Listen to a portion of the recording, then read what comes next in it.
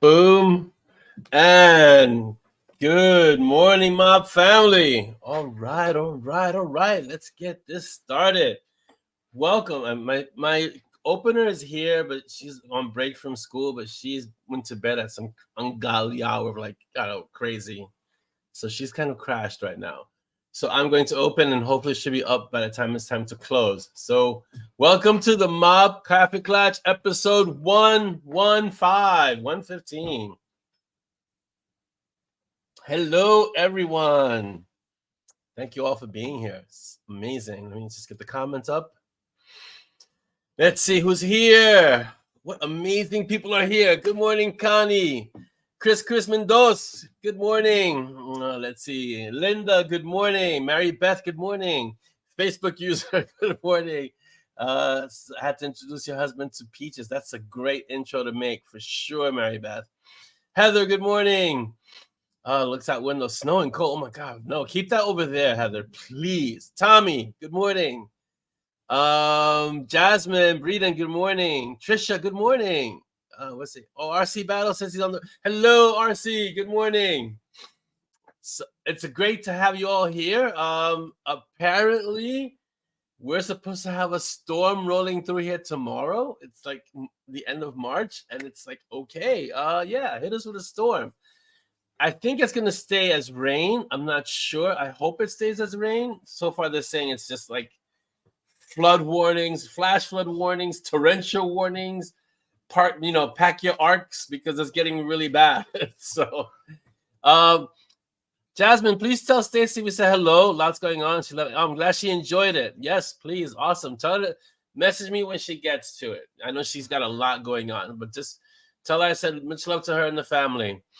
I wonder what Peaches is thinking in the. He's thinking about where's my next piece of pastrami. That's what he's thinking.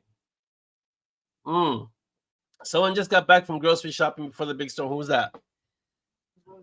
Oh, once we get the feed up, I'll know who you Facebook users are, because you guys gotta go to StreamYard. Let StreamYard have permission to post your names. And I know, sometimes StreamYard is really buggy about this, and you have to keep doing it each time. So when you post your name, if I say like the person who had to go grocery shopping before the big storm, who is it?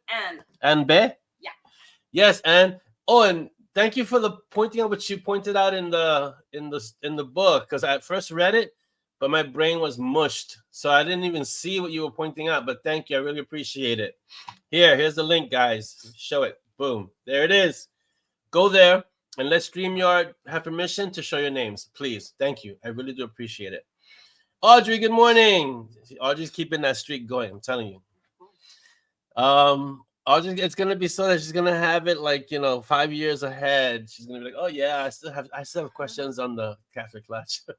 Linda sings storms here, and yet my nephew's school won't cancel. Wow, they have an outdoor track meet in a storm. Yeah, that's hardcore. Jeez.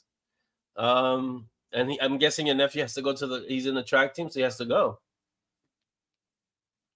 That's like Navy SEAL track meets. They don't care. It's amazing. So let's see. Everyone's here. Well, those who are here. So let's go through our usual things. Okay, so shout out to everyone on YouTube. Hello, YouTube. I'm trying to get my writer wisdom. So I'm changing it from writer wisdom Wednesdays because one, that's a tongue twister. And two, I want to be able to do it any day, and Writer Wisdom Wednesday just kind of locks it into one day. So I'm going to just call them Writer Wisdom 5s. It's still a tongue twister, jeez. Writer Wisdom 5s means it's 5 minutes of Writer Wisdom. And that's so that I can, now I'm not locked into one particular day. It could be any day. I'm going to have to do it through StreamYard because the mobile function on Facebook doesn't allow me to upload it to separate groups for some reason. I don't know. Facebook keeps changing the UI without letting anyone know. So I'm going to do it in StreamYard, and StreamYard allows it to go into the YouTube channel seamlessly, as well as a Facebook mob. So I'll do it then. It's only 5 minutes. It's not a big deal. WW5. It's a WW with a number 5. So it'll be like that. I'm going to take the StreamYard thing down now because, yeah. So, oh, wait. Did I hear a sneeze? Is the opener up? Opener's getting ready.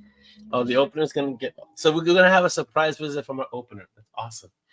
Okay, so shout out to everyone on YouTube. We're on YouTube at Bitten Peaches Publishing, as always. Follow us there, subscribe, share, like, let other people know, let everyone know about us. We're at Bitten Peaches Publishing, a storyteller, and we're gonna have the shorts too.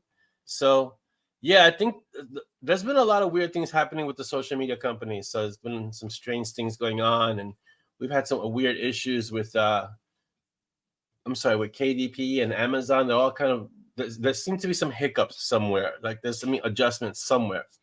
So we'll see. Just deal with it. So this is our Bitten Peaches, our YouTube channel. So please go there, follow us there, and help us get to our 1,000 subscribers. I don't know, what are we at now? Do we know how many subscribers do we have? It'd be awesome to know the exact amount. So that's so a big hello to everyone on YouTube and those of you who follow us on YouTube. And if you're gonna see this later on, because we record it and then we put it up, thank you for watching the show. You're awesome. I really appreciate you watching us when you can. I know sometimes everyone can't watch the show when it's live, but the great thing is that we can have it later on and you can watch us later. 343, awesome, fantastic. We started with what? 5, 10? I don't know what we started with some really low number. So 343 is pretty amazing. Okay, so only like 667 to go. Yes. Okay. We're also on Instagram. I haven't put anything up on Instagram for the last, I don't know, few weeks. I do have my list that Dolly compiled for me, and let's just compiling more because I saw a little bit of the lines from Endgame Tango. So I'll be putting those up soon too. But I was writing Endgame Tango the last few weeks, and it was like really focused on getting that story out. So I have to actually carve out some time during the day for a quick 2 minutes or 3 minutes of just putting up something on Instagram. So that's what I'm going to start doing. Just doing that. I'll do it early in the morning when everyone's asleep and it's really quiet, and I can do it. And it's like, it could just be part of my morning ritual. Put up a quote on Instagram. So we're on Instagram at Bitten Peaches. So you can find us there. Just go to Bitten Peaches on Instagram. So at Bitten Peaches on Instagram. Okay, let's see. I know for a fact that there's new Endgame Tangle swag in our store in M&S. There's our Instagram pages. Yes, we are growing, Chris, little by little. It's just how it happens. These things don't happen overnight. So it'd be great to have it grow to explode, but sometimes you don't want that explosive growth, because with that growth, when it comes that fast, you also get the headaches that come with growing that quickly too. It's not always a good thing, you know. So at M&S, at Zazzle, we have new Endgame Tangle swag. What is the swag? Do we know, or do we just send them there? Just magnets. What? Magnet and T-shirt. Magnet, T-shirt. Go get your Endgame Tango swag. Yes. So go there, because I know there's new swag there at the store, and the store is at Zazzle. Do we have our Zazzle link? It's coming. The Zazzle link is coming. So I'm going faster than the links are appearing. Let me slow down. This is our store at Zazzle.com. That's our referral link. Please use it. And we have new swag there for Endgame Tango. If you like Treadwell Supernatural Directive, that's the place to go. So how's that? That's nice and slow. And we also have CC and Peanut. Oh, we have CC and Peanut swag too. Oh, I love that image of CC and Peanut. It's awesome. This is true, Chris. When you grow too fast, I've seen this happen to a few channels. It creates expectations for massive amounts of videos. We don't do massive amounts of videos. Now, what we don't have in massive amounts of videos, we have in our consistency, which is we've been doing. When I say we, I mean all of us, and Chris doing his amazing technomancy, and Dolly flying co-pilot. You know, we've been doing this now for 115 episodes every 2 weeks, pretty consistently, I want to say. I don't think we've missed many, except for maybe like a vacation, or we postponed one, we've moved it over. things like that. But barring any major emergencies, we've consistently had our Kaffeeklatsch every 2 weeks. So it's been pretty amazing to calculate back 115 episodes, how many years we've been at. It's like 4 years, something like that, like 4 years. So that's pretty amazing.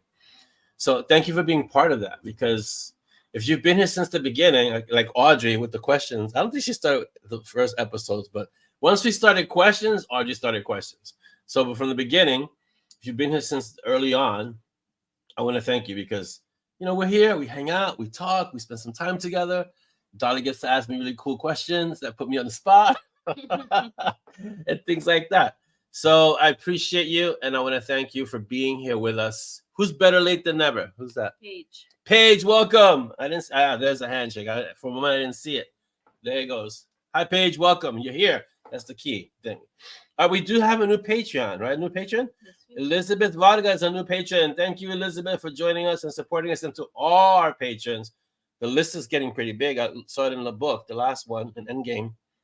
The list is growing, which is amazing. I'm always awed by the patron list, because it's like you guys are going way above and beyond the usual. So thank you all. I do appreciate when you become a patron. You know, I mean, I appreciate all my readers. You guys are all amazing, and the patrons just want to do a little bit extra. So thank you. I do appreciate it. And if we have new authors, this is when let's do it now. Does anyone have Chris, do we have any new authors? This is a Patreon. We're gonna join our Patreon. Don't hesitate. This is time to do it. There's a link. Go for it. Do we have any new authors besides Orlando, who just dropped Endgame Tango? Do we have any other new authors? Okay, so we have no new promos. I don't think we have, besides I just dropped Endgame Tango a day or two ago. Just go out, and our usual, which this is our standing order, our standing way of being. We support our indie authors. So make sure you support your indie author. Find your indie authors, find if they have any new books or any books that you haven't picked up, pick it up. And more importantly, share the word. Like, you know, Endgame Tango just came out. Let someone who hasn't read Treadwell, share with them. Listen, go pick up Endgame Tango, things like that, you know? Awesome, you know. We've got Chris is an indie author. We've got John Logsdon. We've got Ben Zakheim. We've got Kimber Swain. We've got Nicole Grotepas. We've got let's see. We've got so many people. Jonathan Yanez, Nasri Noor. There's a slew of them. Crumbly. We got so many people. So listen, go find. And so what we need you to do as indie authors is to increase our reader network, is to go share the stories you enjoyed with other readers, people that you know will love those books, and tell them, listen, there's an author, I don't know if you read them, but you should pick them up, and you're going to enjoy these stories. These stories are just exactly the kind of stories you like. And you'd be amazed, because the word of mouth, the referral, even to this day, the referral, that word of mouth is the best marketing that any author could have, that word of mouth. Yes, the L3. Listen, we haven't done L3s in a while, so let's get some L3s in the book, in the MoB, because that's in our MoB family. We're trying to destroy Larry's Kindle, although I don't know if it's possible, but let's increase that list, because if you type L3 in the group, you come up with a huge list of books, and you may just go through there and see if there's an author there you haven't read, and pick it up. Right now, I'm still reading Gail Carriger. It's really good. Really good. Okay, let's see. Anne says, I keep telling people about how awesome your book is. Thank you. Now they know what I mean when I say meet. Yes, because, and that's the other great thing about, excuse me. I'm just choked up and emotional. No. So when you share your authors, when you share the books that you enjoy, you can start kind of connecting these sayings with people. Like if you go to people and go, hey, meet his life, people are gonna be like, okay, meet his life, sure. But if they're a fellow M&S reader and you say, hey, meet his life, they go, yes, meet his life, you know? So they understand what you're saying. You're creating this community of like-minded readers that understand your jargon, things like that, you know? Everything's connected. That's another one. So yes, if you want signed copies, or you know someone who wants signed copies, signed paperbacks, because the paperback for Endgame Tango is out. I tried to drop it at the same time, and I'm going to address that in a moment. This is the link to go to, and then you can get your signed paperback copies of Endgame Tango.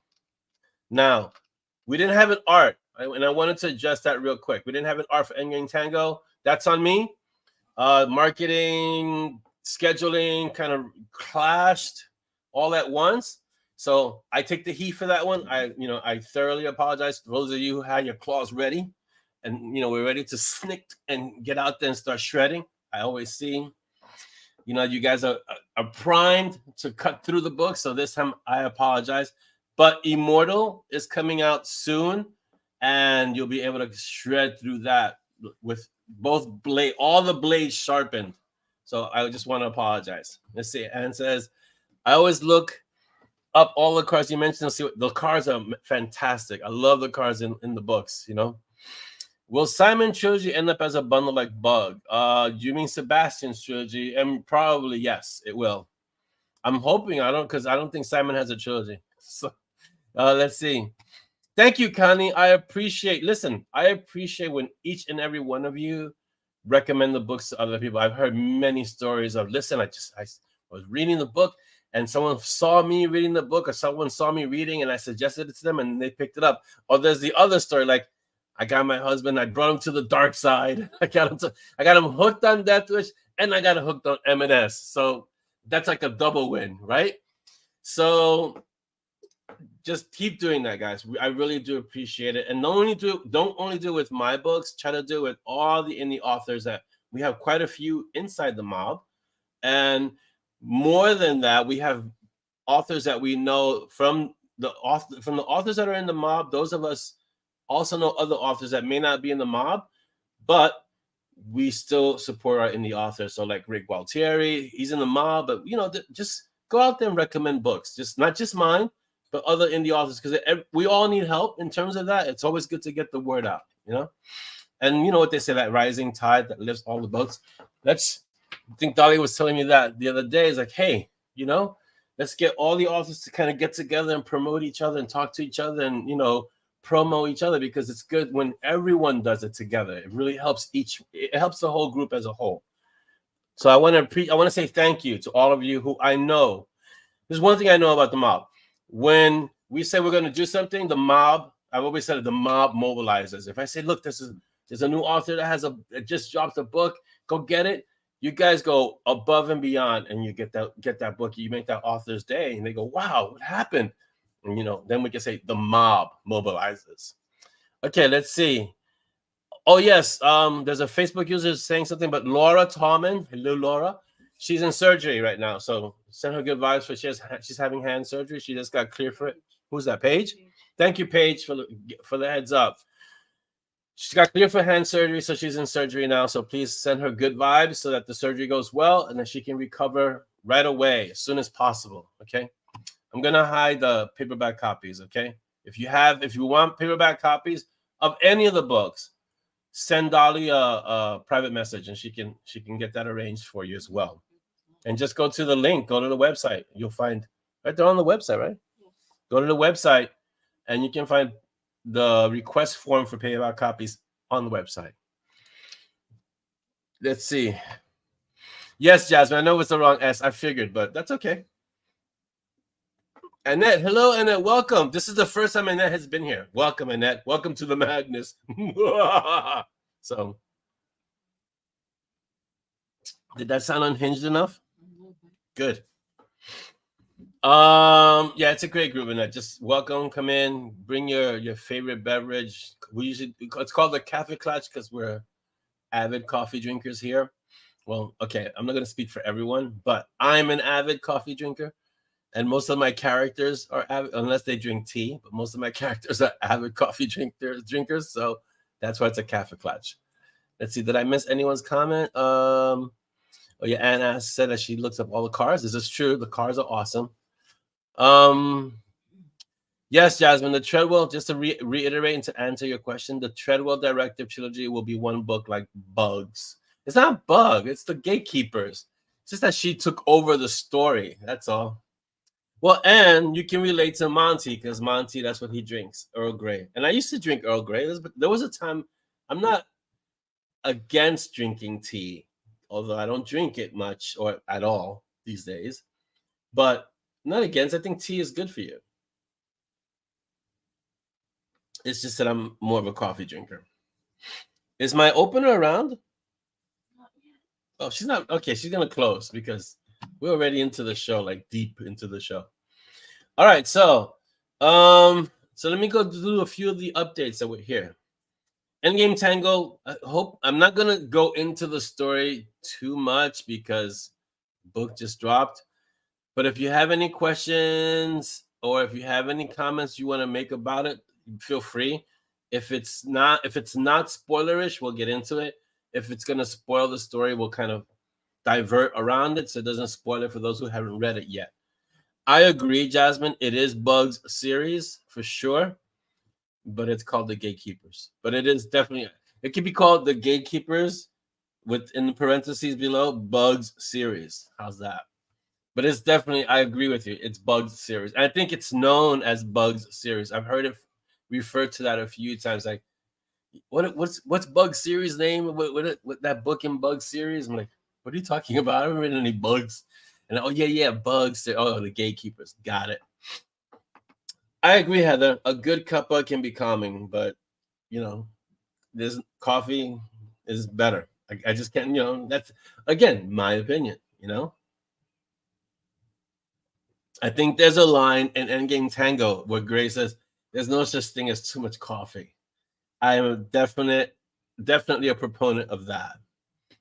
Anthony says, "There's the underlying conflict theme of the entire M&S coffee versus tea." Yes, that's the last battle. The last big battle, Anthony, is going to be coffee versus tea, and who ends up standing.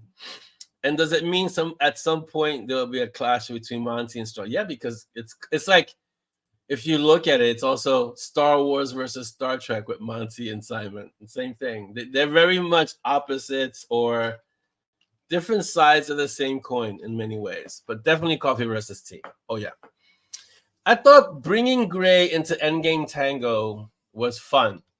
I don't bring him into everything because Gray, you guys already know about me and Gray. We have this thing where it's like when I write Gray, it's like, oh. But when I write Gray as a cameo, because the story is not about him, and Dolly and I had this like where Gray was really dramatic in many scenes, and he'd look away, and then he'd look away, painfully, and then he'd come back. So, but when I write a story that's just Gray's, it's angsty.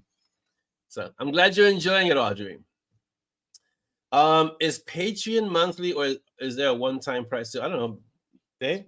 It's monthly. Oh, it's a subscription, so it's monthly. Yeah, but there are different tiers, and so it's all wherever you feel comfortable. You're going to start the tango today? Good. Enjoy that dance, Jasmine. It's the Endgame Tango. It's a special tango. And Marybeth, I'm glad you enjoyed the crossover with Gray. Let's see. A few people came to Monty and Strong through Gray, and a few people found Gray through Monty and Strong. But I find that the people who came to Monty and Strong through Gray are very, very particular about how they enjoy their stories. It's really interesting because Gray attracts a certain kind of reader. Most of the time, it's an older reader, a more seasoned reader, I want to say, or a crankier reader. It's a reader that's a little bit more discerning, at least from what I've experienced in my life. And I can tell the difference in the story because when Gray is going through his stories, it's different from the lightheartedness that's sometimes in Monty and Strong. Gray's darker, and so it attracts a different kind of reader. And when Gray enters a story, he brings a certain gravitas.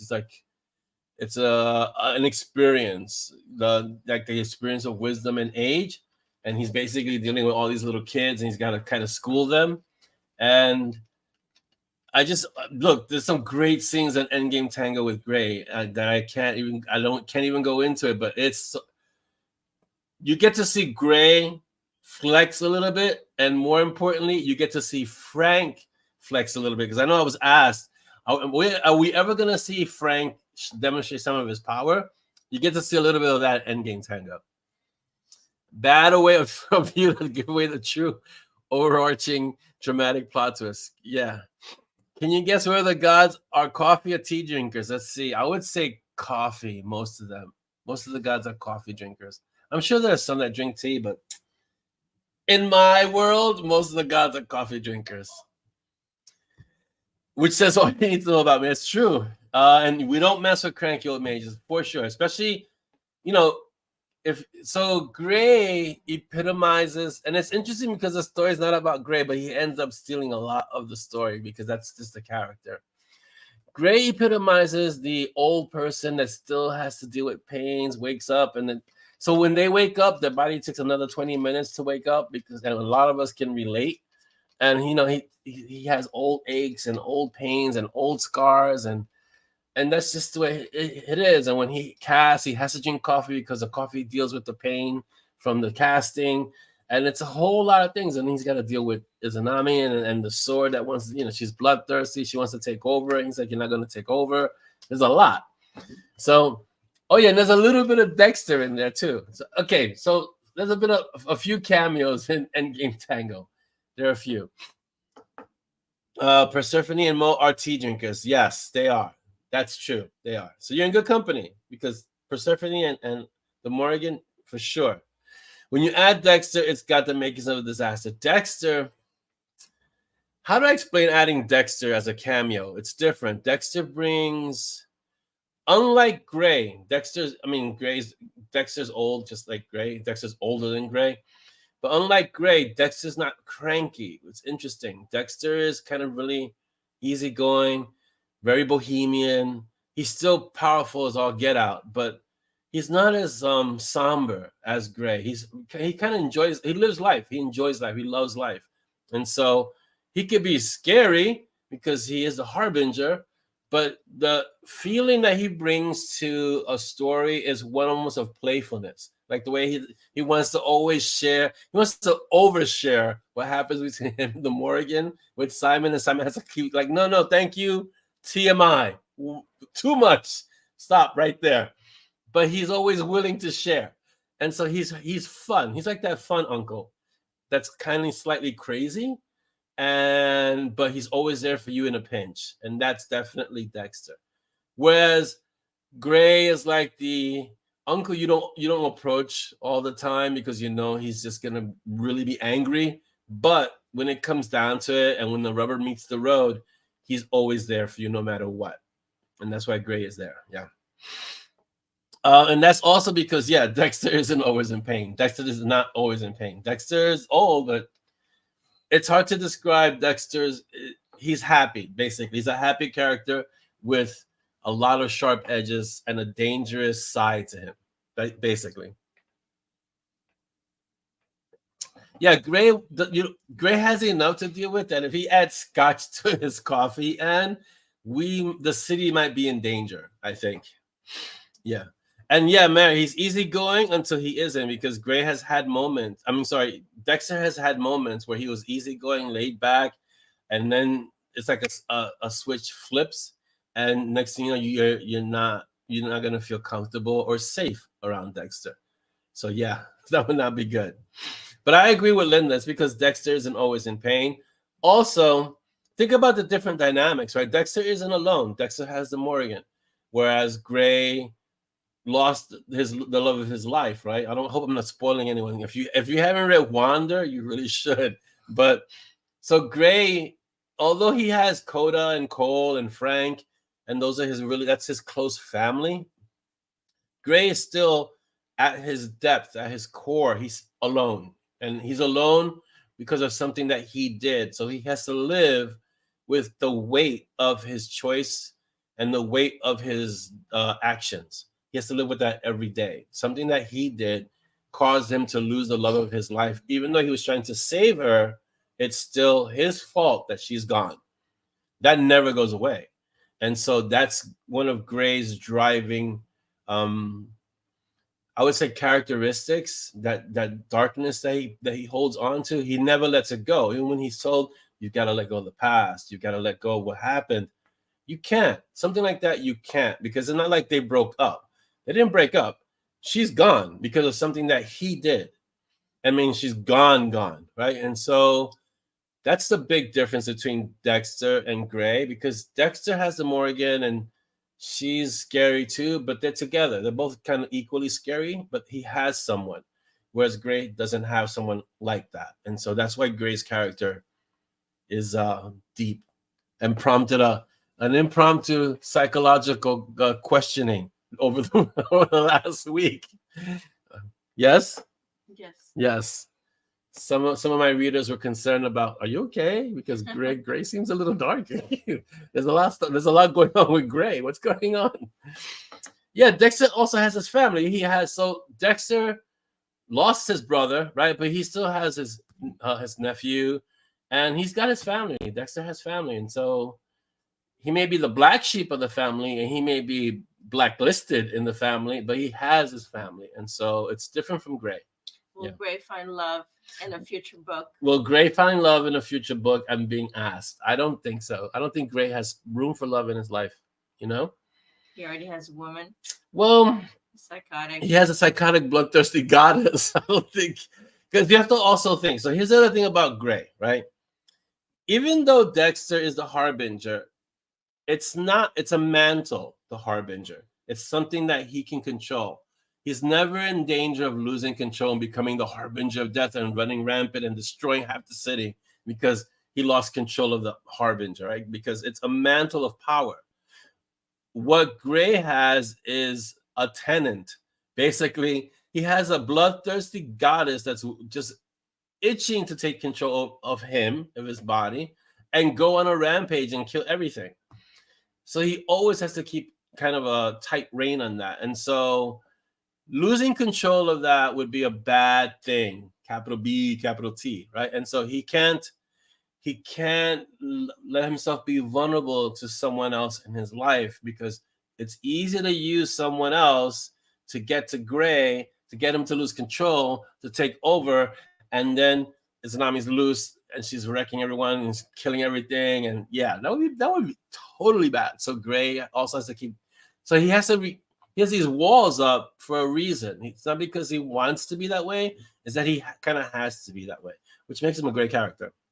Yes, she's a terrible tenant, Jasmine, for sure. Oh, somebody loved the new book. Who's that? Michelle Blue. Hi, Michelle. I'm glad you liked the new book. I had a lot of fun writing it. I didn't have so much fun editing it, but I had a lot of fun writing it. How did you enjoy the editing? It was fun. Yeah. Yeah, I had a lot of fun writing it, but the editing it, at some point, I think around the second pass, I was seriously looking at the asteroid in reserve to just cast it down into the planet and obliterate everything and then be like, the end. You know, but that's the norm. Every book gets to that, because by the time you guys get the book where it is now, I've seen the story at least 3 to 4 times. And I'm like, okay, I get, oh no, I gotta fix that. Oh, now I gotta connect this to that. And then I gotta go back 5 chapters and drop that in so it makes sense 5 chapters later. Okay, and then after that happens, that creates a ripple effect somewhere else where I gotta go 3 chapters this way and add that in and put that. And sometimes it's just a sentence, but you gotta do it or else everything sounds weird. It's off. And so imagine that several times in a book. After a while, you're like, okay. And then this asteroid entered Earth's orbit and slammed into the planet, destroying it. The end. That's how it's gonna end. So yeah, I get to that point every book. Every book it gets there. All right, so let's see. Updates. We're gonna segue into updates real quick. Endgame Tango. Oh, please, if you read the book and you enjoyed the book, I know it takes time. It takes some time. Don't forget to leave your reviews. Every book I say this, every book I make this request, and every book you guys amaze me how many reviews you leave. Please leave reviews. I think it only has like about 3 right now. So, but I also know it just dropped yesterday? Yeah, but that's not normal. Yeah, it's not normal, but there's something wrong with. I think there's something wrong with the Amazon and the reporting and Facebook and everything. I think it's just there's some funkiness going on. But please leave your reviews, guys, okay? Because it does help the book, and it helps. Basically, it helps the social proof, which is a big deal in terms of if someone's looking for a book to read. All by the way, this is book 3, so it might not be as like, oh, you know, they're not gonna go to this book first. But let's say you see the first book has, I don't know, 500 reviews, the second book has 800 reviews, and the last book has 3 reviews. Anyone who's looking at that third book, they're going, ugh, what happened? Because they go by the reviews. If they go by the reviews, they're going to go, what happened? Did the author fall asleep when he was writing this book? Or did he mail it in? What happened? So leave the reviews, because that way it seems comparable to the other 2 books. And they're like, okay, this book is good. Okay, I'll pick it up too, you know? I only tell you that from my own personal experience, because sometimes I've seen books where the first book, especially in a series, the first book has a whole bunch of reviews, the second book has a bunch of reviews, the third book or the fourth book has like no reviews. I'll tell you where this happened. It was memorable. Kevin Hearn's Atticus series. It was 7. I think it was the last book. 7. I think it's the 7th book. The Atticus. That last book got panned, and I felt bad for Kevin. I even spoke to him. I said, "Listen, I know you can't change it because this is what you wrote, but let me tell you, your readers are unhappy with how that series ended. That's all I want to say. You can't change it because if the story has you go in that direction, but you need to have some kind of, I don't know, round table, maybe an open session where they can talk to you, something, because that last book in the Atticus series was a gut punch. And maybe that was what he was going for, but it was a gut punch in the wrong way, in my opinion. I'm not saying he did it wrong. He did it the way he did it, he thought best. But a lot of readers felt like, ooh, you definitely took this in the wrong direction, and you beat up our main character, and we didn't like it. And so, but yeah, so that's why you have to be aware of what your readers kind of expect and where you want to go and how far you can deviate from that.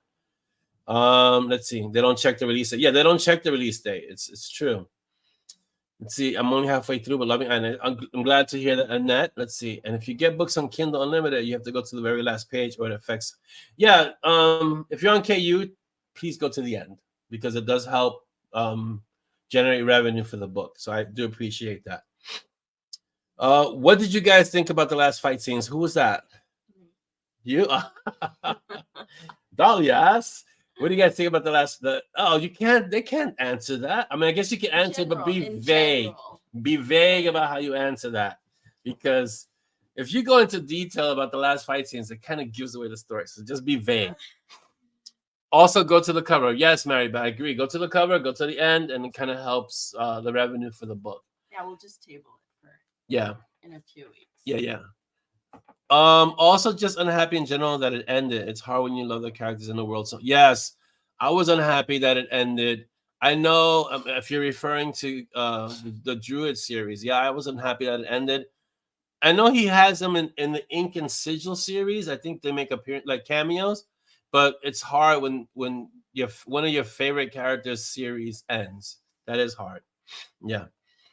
Yeah, Linda, you're not the only one, because yeah, you're not the only. Trust me, I'm with you. I'll put it to you like this. This is going to show you how much I was not pleased with the last book. I read some of it, and I got to the part that everybody had warned me about. I read it, and then I stopped reading. That's how much I was unhappy with the last book. That's just me. I deliberately DNF'd it because I wanted to, in my mind, and this is just because this is the reader in me, I wanted to preserve in my mind all the great parts of the Atticus story that I still remembered without it being transformed by what happened in the last book, if that makes sense, as a reader, you know? So, and I'll tell you what else it did, and not just to me, because Kevin released another series right after that. I couldn't get into the other series because I was still PTSD'd from the Iron Druid series. I couldn't get into the one with the giants or whatever it was. I couldn't. It was hard because I was like, I still had PTSD from the Iron Druid. I was like, how could you do this to him? How? And yeah, which is different from how I felt with Jim Butcher. Jim Butcher did a few things in Dresden where I wanted to strangle him, but it made sense. And in like if you think about it, it wasn't so much directed at Harry, even though it impacted Harry directly. It was around Harry, but Harry kind of was kept intact, right? And Harry was put through the ringer, but he was put through the ringer and he came out different and better. And he went through his challenges and he grew. But what happened to Atticus was just like, it just felt like it was abuse. It was like wrong. And again, I get it. It's a fictional character. I get it. But that's just the way it is. Just, it's like me trying to, hurt Peaches. You know how many of you would be get the torches, polish the pitchforks. You'd be after me if I hurt Peaches. So yes, it's a fictional character. It's not a real dog. It's a hellhound, not real. Doesn't matter, because of how the character makes you feel is real. And that is what matters. If the character makes you feel a certain way and you get attached to that character, anything that happens to that character impacts you directly in your life, messes with your feels. And we as readers will tolerate a certain amount of, hurting and abusing and challenging. But yeah, when you go too far, and again, this is my opinion, you may have a different one. In my opinion, Hearn went too far with Atticus. You're gonna turn a lot of readers away. That's it. Let's see. I'm gonna catch up. Let's see. Somebody. Okay. Trisha just ordered Endgame this morning. Yay! Congrats. That's awesome. We're not gonna spoil it for you, Trisha. Enjoy. I hope you really like it. Orlando. Someone just said hi, Orlando. Hi, Mob. Sorry, I'm late. You're not late. You're here. That's what matters. You're here on time. When you're here, you're here. Hi, Marie. Welcome. When the series ends that way, is this Marie also? I don't know who says this. Facebook user, let's StreamYard have permission. When the series, oh, it's Michelle. Hi, Michelle. Okay. When the series ends that way, sometimes it makes me just not want to even look at the author's new works. Yeah. Okay, I have it on my board, right? It says the first chapter sells the book, the last chapter sells the next book. That's really good advice, because we as authors tend to forget that, because you have to be a reader as much as you have to be an author. And I don't know how many authors had their next books not picked up because they did something in the previous book. And what that does, it has this ripple effect. Like, oh, if they could do that to that character or in that book, why am I going to bother picking up the next book? He brutalized the character in the last book. And that has that ripple effect of, I'm not picking up any newer work of this person. So go by Spillane's rule. The first chapter sells the book. The last chapter sells the next book. That's still evergreen advice, even to this day. And Spillane wrote a long time ago. So, Linda says, I find it hard to start Hearn's new series because of that last Iron Drew book. It happens. Yeah. And I'm not dragging on Kevin, because he's a fantastic author. He's so good as a writer. And I think there were other pressures on him with the Iron Druid and the Plague of Giants books. And I think there were conflicts there that forced him to write it that way. Or maybe, as it does happen to some authors, they get tired of a character. And it's like, I'm done with this story. I'm done with this world. And they really unleashed kind of like the asteroid-like ending. And they end it. And so sometimes it doesn't always end well. Jim Butcher had some great twists in his story in the last few books. So it was really good. And some where I wanted to strangle him, but they were good. They were really good. I mean, I put it like this. I think I read both books in 2 days. One book each day. And that says, I started buying the M&S books themselves. It takes a long time to get here. And yes, it's 3:15 a.m. Where are you, Annette, that it's 3:15 a.m.? You sound like you're with Jeanette, like in Australia somewhere. And he says, true, we love Peaches. Yeah, I love Peaches. Peaches is like, Peaches is real in my heart too. Peaches, like I've always said, Peaches is the heart and soul of M&S. He really is. And there's nothing else to say. He's the heart and soul. Agree completely. Hearn let his business dictate his writing. Who's this? Because this sounds like someone who knows what they're talking about. Oh, Paige. Okay. Hearn let his business dictate his writing rather than the other way around. He literally killed Atticus and his whole history in order to cash in on something that, yeah, that's how it came across to me, unfortunately. Like, I'm going to get this done, get this. I'll put it like this. It wasn't that he dialed it in. but it felt a little rushed, unfortunately. And that's, you know, that's a danger that we as authors have to really be careful with, you know.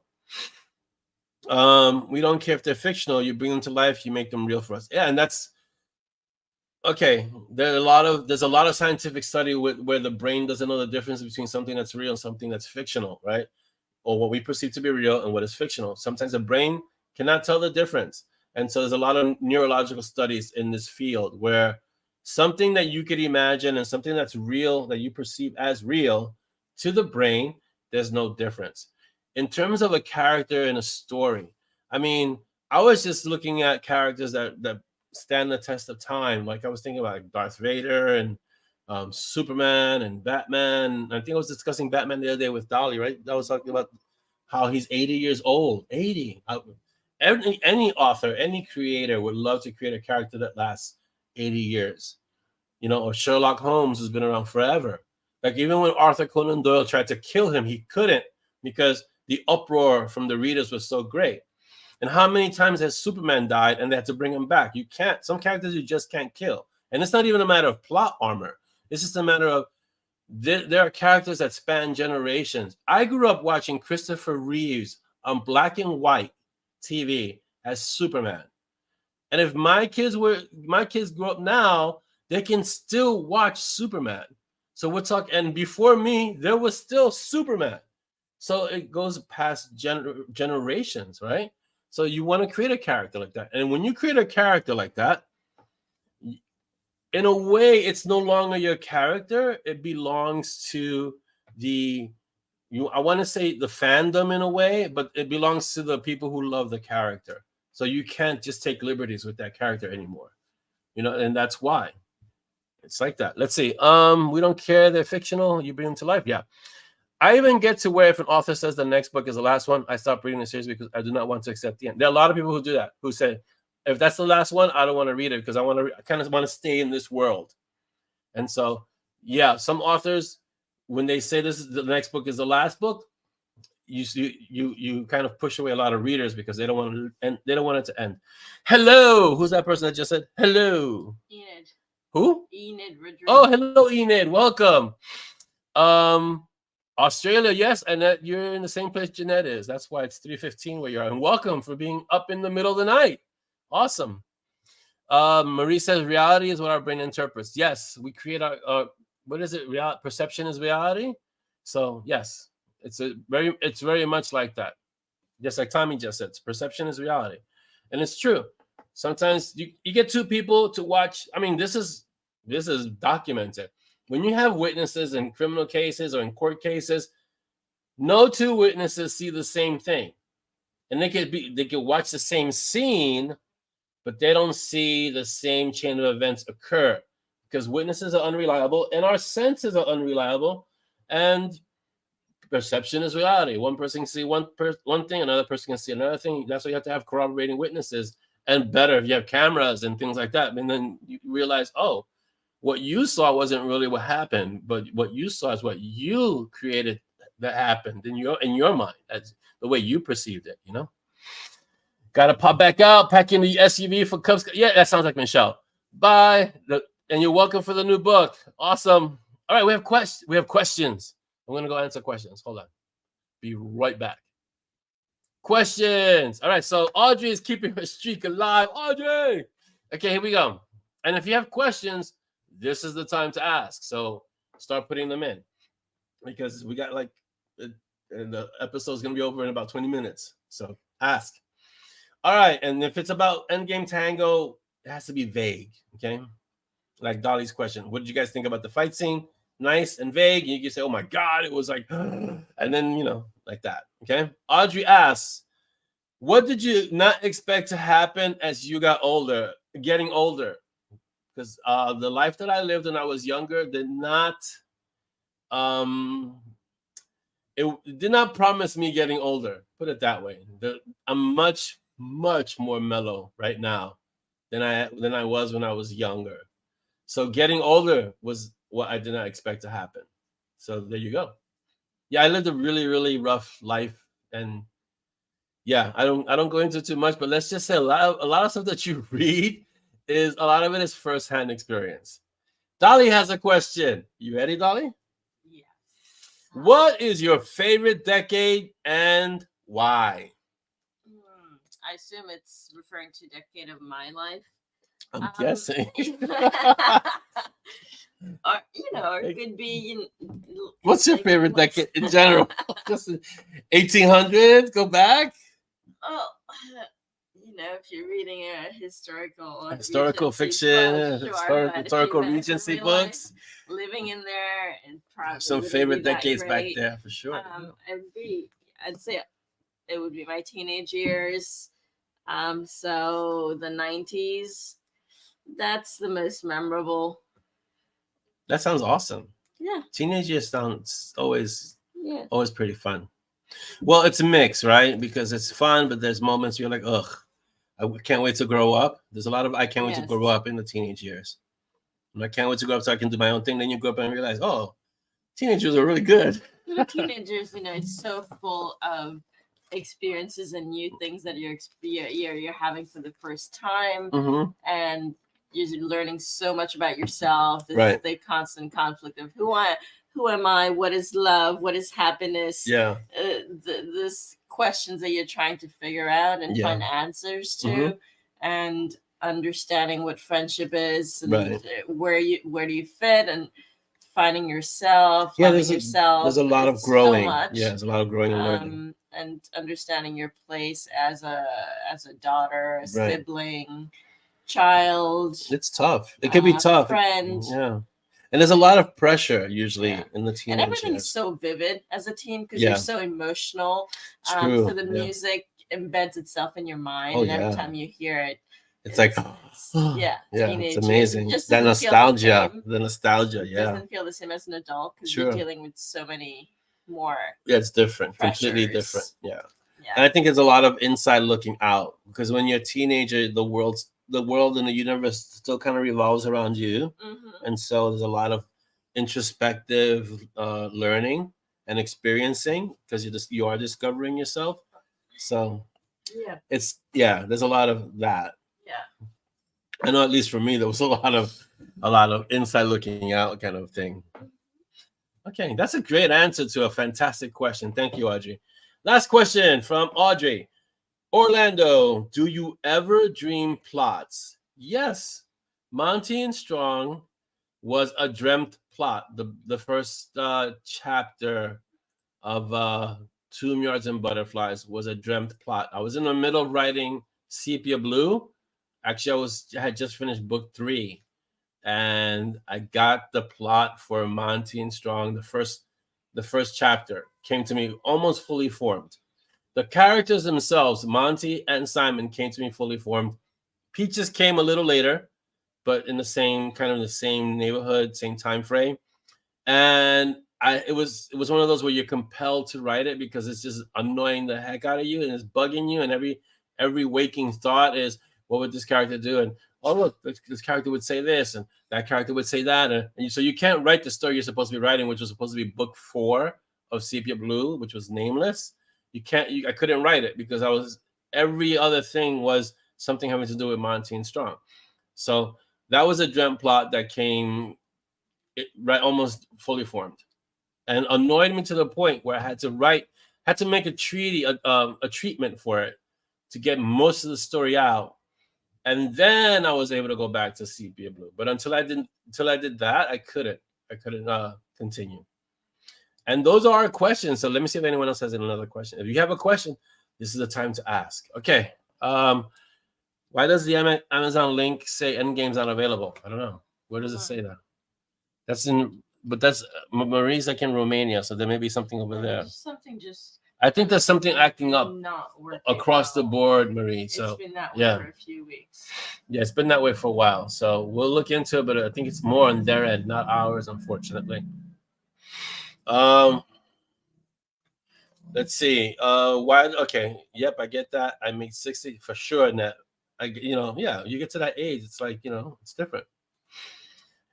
Like I was telling Chris, this is what I used to say on Mondays a lot, and it still holds. You wake up mostly pain-free. The reason I say mostly pain-free, because after you get to a certain age, there's always some kind of pain somewhere. because it's normal wear and tear. And when you live the life that's a little bit more risky or dangerous, or you were involved with the wrong kind of people, you look back and you realize, wow, I'm glad I made it this far, because it wasn't guaranteed that you're gonna make it that far. So, that was what I didn't expect. I didn't expect to get past 30 when I was younger. In my 20s, I didn't expect to get past 30. So I'm glad I did. So, but I didn't. That was the expectation, and it wasn't just my expectation. It was the expectation of a lot of people around me. So, let's see, Orlando. That's why you have awesome body to make everything. This is very true, and you speak truth. You speak truth, and Trisha says, me too. I figured 40 was my end, but now 76, and you're here, and that's awesome. Marie says it's Simon. He got through to you. Yeah, one of them did. I think it was Simon, because Simon is the voice of. Okay, I want to say Simon is the voice of Mountain Strong. Simon is the main character voice, but there's a lot of Peaches in there too, and Monty. There's a lot of all. Like, it's kind of a weird mix of all three. Got through to me and said, you got to write the story now. Write it now. I'm glad I hooked you, Anne, with Two Mules and Butterflies. It's even the title was very. It came to me as I was. So when I was looking for a title, I was reading Ray Bradbury. I was reading a book on Ray Bradbury on writing, and one of the parts of that book mentioned Two Mules and Butterflies, and Two Mules and Butterflies stood out to me and said, "This is the title of your book." So it was all serendipity. It all came together. It gelled almost on its own. It was amazing. So I take no credit for it. I don't, because Two Mules and Butterflies. I don't know what. If you ask me where I got the idea for it, I can't tell you, because I don't know. I really don't. It just came. So you get used to the normal pain from old age. Yeah, it becomes, you don't even notice it after a while. That pain that's there, you don't even notice it. It's part of it. It's like normal living, a normal day. If not, click on the first. Oh, that's Dottie giving Marie instructions. Okay. But it is really awesome that your back is not giving you pain. So that's fantastic. So yeah, I agree, Chris. And I have this theory of stories and ideas.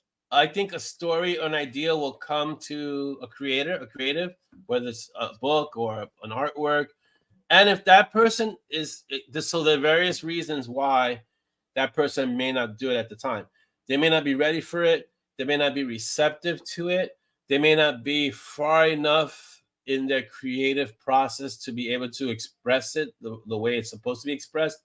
And what happens is that person that idea doesn't go with that person. The idea comes up to someone else, and that other person creates it. And I've seen that happen a few times in my life, where other people will create something that someone else was thinking of, but another person did it. And it's like, that person had the idea first, but now this person's doing it. Why? Because I think the idea tries to find whoever's ready. And when one person isn't ready, someone else is ready, and it gets done. Anthony, always a pleasure to have you here. Take care. Oh, look, Jeanette, you woke up. Hello, Jeanette. Welcome. We're almost near the end. So let me give you the quick updates. Endgame Tango, please leave your reviews. Don't forget to go get swag in our store in Zazzle. Lost, which is our next Patreon story, is for the patrons. So if you're not a patron, you're not going to be able to read that story. I'm sorry. Is the next, and it's a Peanut and Kai story, so that's gonna be a lot of fun. That's coming at the end of March. Immortal, M&S 23, right? Is that 23? Yes, 23. That's coming at the end of April, so that's gonna be soon. So it's already pretty much outlined, and we're ready to go. So that's gonna be a lot of fun. Blur, which is the reworking of the John Kane series, and it's getting like a jump start. It's gonna be restarted. So we're gonna restart it with the first book again. So it's gonna be unpublished and then republished. So it's the re-release. That will be coming at the end of March. There's no art for that because it's already been edited. I'm just doing little tweaks. So there's no art for it. It's just going to be Blur. And then again, it's there.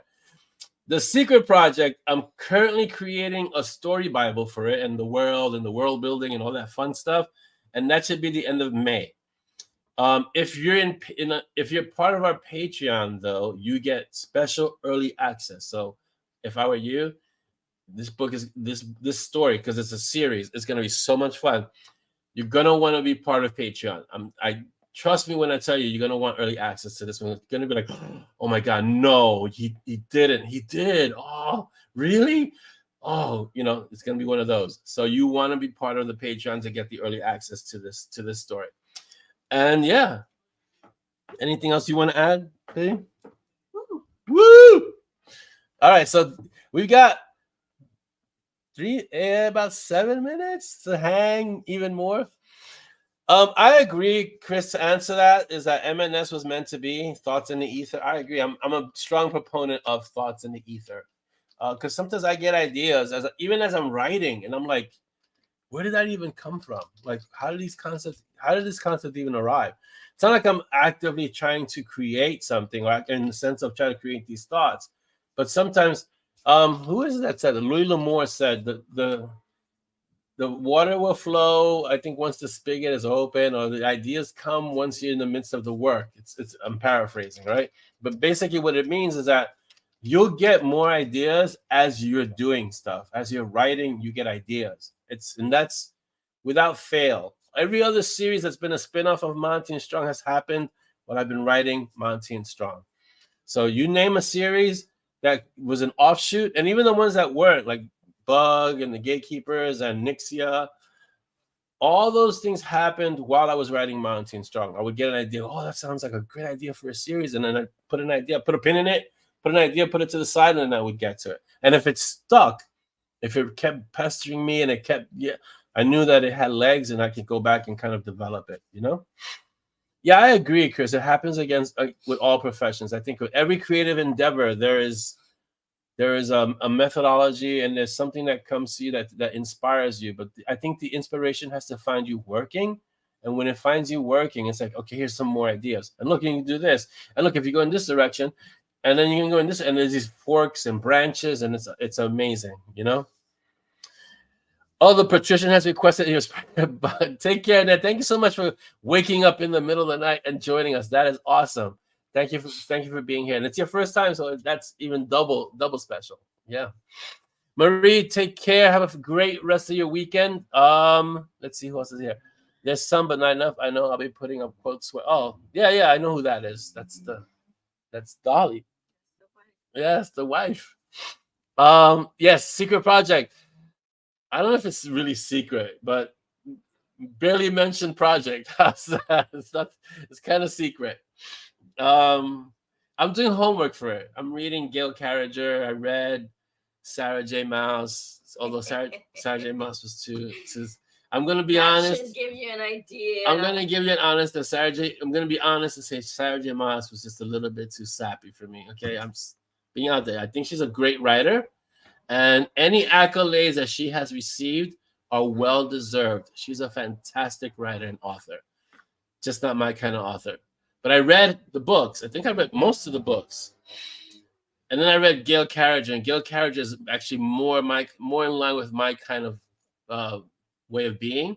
So I'm really enjoying her stories. So and then I got to do the homework, and then I got to kind of develop the idea. They will, Jeanette. The rest is kind of important. If your brain isn't rested, it's very hard for ideas to flow. Just so you know, it's really hard. You got to rest, take care of yourself, rest your brain. Regularly, you have to refill the well, as they say. You can't, because if there's nothing in the well, if the well is dry, you can't take anything out of it, right? So you got to refill the well. I do it by Destiny and other things that are creative stuff, but distract my mind. So while that's happening, my brain is in the back percolating and doing things. Watching certain shows on Netflix, like when I watched The Brother's Son, that was a lot of fun. And I actually had lines from that movie that spurred me to create lines for a story.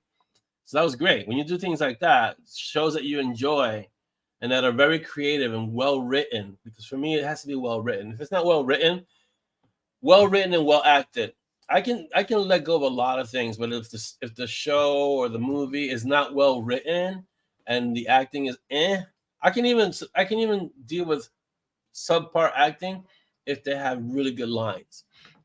But because that's the way my brain works. If the lines aren't good, if it's not well written, I check out. My brain checks out, or even worse, I slip into edit mode, and now I'm editing the movie as I'm watching. Oh, I could have written that better, or could have said it this way. Now I'm not even enjoying the movie. Now it's just work.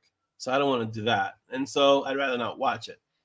But yesterday I sat through an episode of Cowboy Bebop with the youngest warrior, because he's on episode 16 or something. Cowboy Bebop is this classic anime, and it's like, oh, amazing. So I'm gonna try and get him to watch Samurai Champloo, which was created by the same person, Shinichiro Watanabe, which is the same person who did Cowboy Bebop. And I'm gonna get him to sit through a few episodes of Samurai Champloo, and I know he'll watch the rest, because it's just like, if you know anime, you know Samurai Champloo. It's just that good, you know.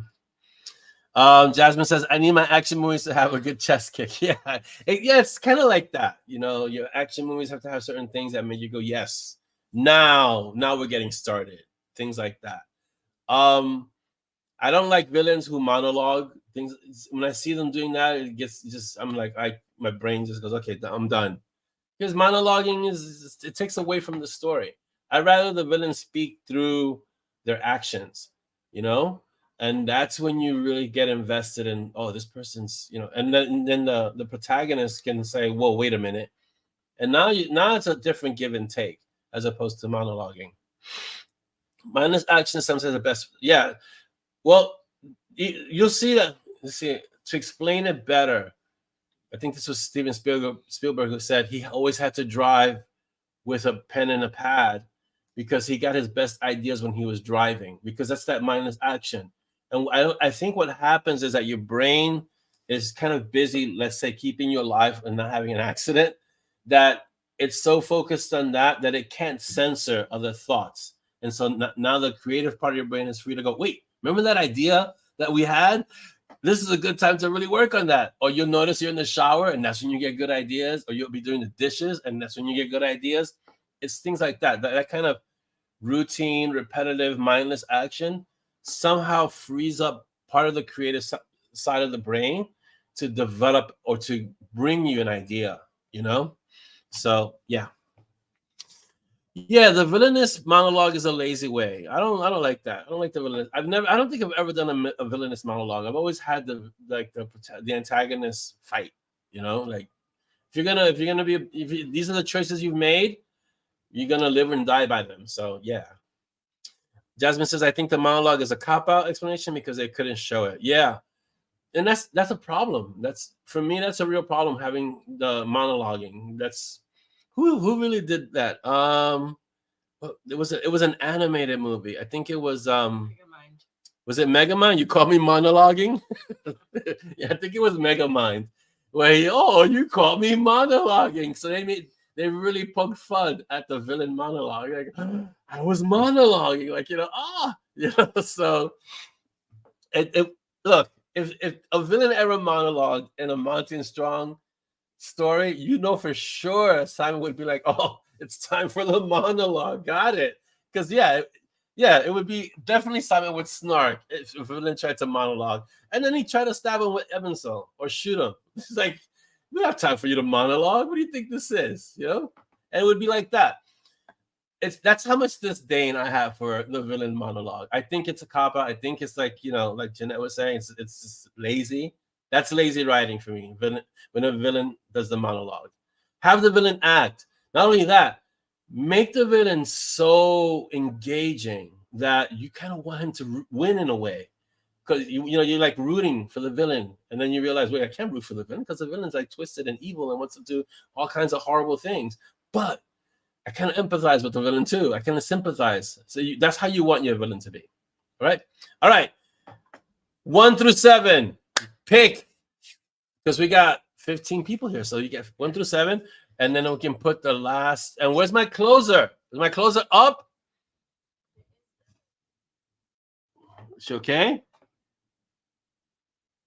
What happened? Whoa, don't do that. All right. Let's see. 1, 2, 3, 4, 5, 6, 7, 8. You're welcome, Audrey. Thanks so much for being here. All right. Where's my closer? Oh, my closer's here. She's so tall now. I have to raise the camera. I remember when you were so short, you were like, oh. All right. Thank you for coming to MoB TV Kaffeeklatsch episode 115. All right. Okay. And have a good weekend. Thank you, closer. Awesome closing. Awesome closing. All right. What number? Babe, look, count numbers. Let's see. 7, 6, 5, 3, 6. 6, 3, 2. Looks like 6. 6? Yep, 6. All right, let's put number 6. All right, guys, we're gonna put number 6. 1, 2, 3. Here we go.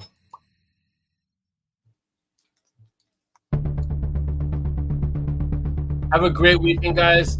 Remember, be kind, be unstoppable, and be uncommon. Take care.